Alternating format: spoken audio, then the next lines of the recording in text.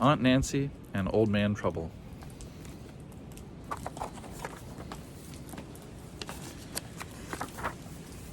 Aunt Nancy should have knowed Old Man Trouble was in the neighborhood. Hadn't the spring out back gone and dried up this morning when she went to fill her water bucket? And when she bent over the spring hole to see what happened to the water, didn't her good luck three-legged wooden buffalo nickel fall right out of her pocket, bloop, into the hole, and no way to fetch it up again?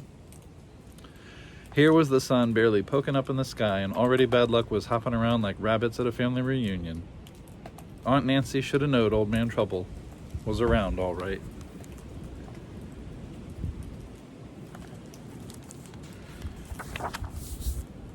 But she didn't.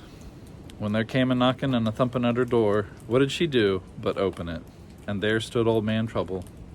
He was dressed in a long black coat, tall black hat, and shiny black shoes.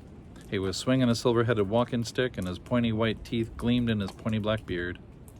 "Good day to you, ma'am," says Old Man Trouble, sliding one of those shiny black shoes into the doorway. That's rather alarming. Quick as a whisker, Aunt Nancy slams the door and bolts it shut. She knows who Old Man Trouble is all right, and no way is she going to let him in. "Now, ma'am," says Old Man Trouble from the other side of the door, "you know it ain't no use to try and keep me out. Bolt your doors and windows shut, I'll just drift down your chimney. Plug up your chimney flue and I'll blow in through the cracks in the wall. Might as well open that door and let me in."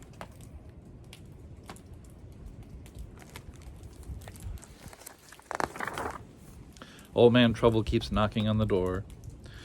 Soon or late, he knows Aunt Nancy's going to have to let him in. Aunt Nancy, she sees the truth of that, but she knows a thing or two herself. So when Old Man Trouble knocks again, Aunt Nancy winks at her cat Ezekiel, opens the door wide and says, "Might as well come on in." Old Man Trouble steps in through the door as big as you please.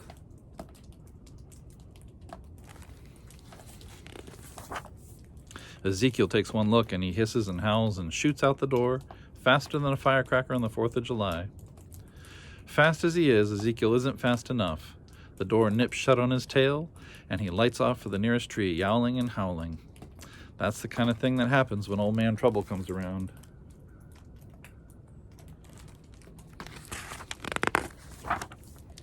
Aunt Nancy shuts the door and says, all polite, "Seat yourself and stay a spell."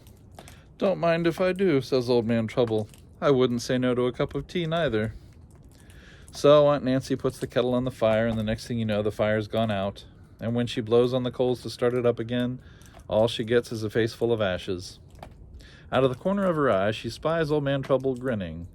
But Aunt Nancy, she pretends not to notice.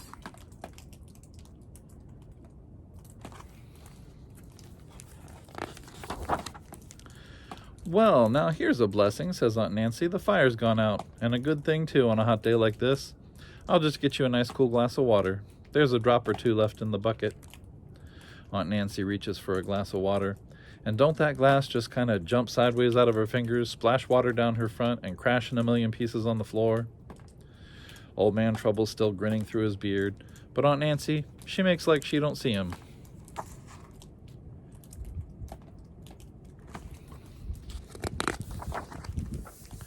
"Woo-wee, don't that feel good," she says. "Cools me right off."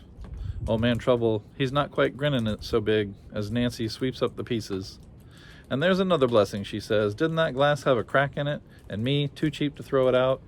Now nobody will get themselves cut trying to drink out of it." Old Man Trouble, he's not grinning very much at all. "And I'd get you another glass," says Aunt Nancy, "but the spring's gone dry this morning." "Sit yourself down and rest then," says Old Man Trouble. Aunt Nancy starts to sit in a chair when creak-crack, the chair's lying on its side with one leg broken, and ka-thunk, Aunt Nancy sitting on the floor.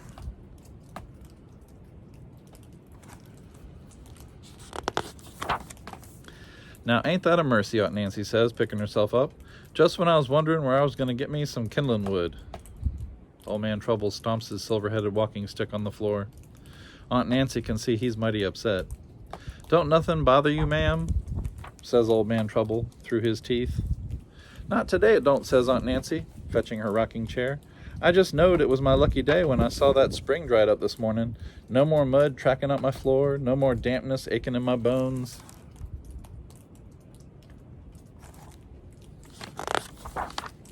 Old Man Trouble starts to grin again. Reckon that'd be a real trouble to you, ma'am, if the spring came back again, he says. That it would, Aunt Nancy says. But being as this is my lucky day, I'm not worried. You brought me nothing but good luck, and I thank you kindly. I better be getting along then, said Old Man Trouble. Aunt Nancy sees him to the door. Come again, she says, all polite. Oh, I will, says Old Man Trouble, stepping outside. Say, ma'am, he asks, do you hear water running somewhere? Aunt Nancy shakes her head. Don't hear a thing, she says. Old Man Trouble grins so hard his face is about to split.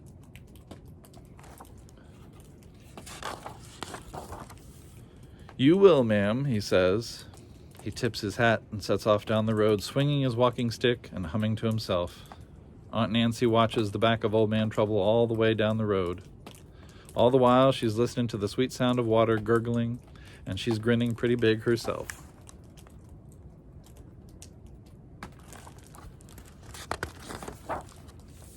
Come on down, cat, she says to Ezekiel up in the tree. You and me can sit and rock and rest a spell. Aunt Nancy, she figures, she earned it.